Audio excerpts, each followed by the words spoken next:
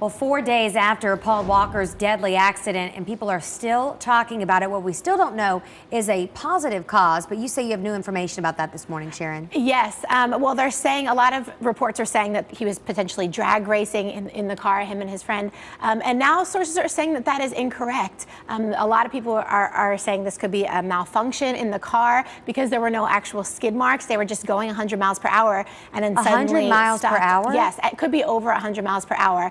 No skid marks, so that when they hit the tree, the car was actually split in half instantly.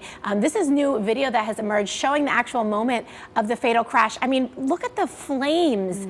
Look at that point of contact, I mean, between the car and the tree. It's such a violent crash. I mean, it's no wonder that they weren't able to survive. Just such a tragedy all around. Paul and his friend Roger Rodas, you know, they were driving going upwards of 100 miles per hour. So just really tragic all around. And a lot of his co-stars and people who knew him have been tweeting, have been taken to social media. Last night, cast and crew members from Fast and the Furious actually set up a memorial at the crash site, just a private memorial. And Vin Diesel, I know he was there. He released a statement saying that he will always love Paul as the brother he was on and off screen. So he really just seems like such an all-around great guy and such a loss. And I read that he'd also reconnected with his daughter, and she was 15, living with him full time.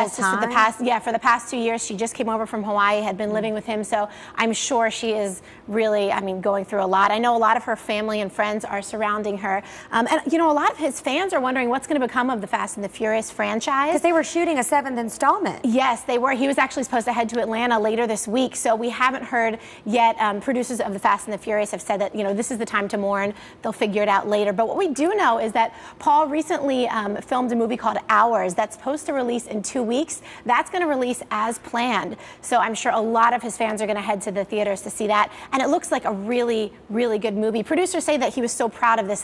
This was his best work, and he would have wanted it to be released. Meanwhile, the investigation is ongoing to find out exactly, was it mechanical error or driver error? Yeah, it's going to be interesting to find out for sure what that is. All right, Sharon, thank you for that. It's 8:18. There is a dense fog advisory in 4 local counties. Let's get right to First Alert meteorologist Ariel Nixon.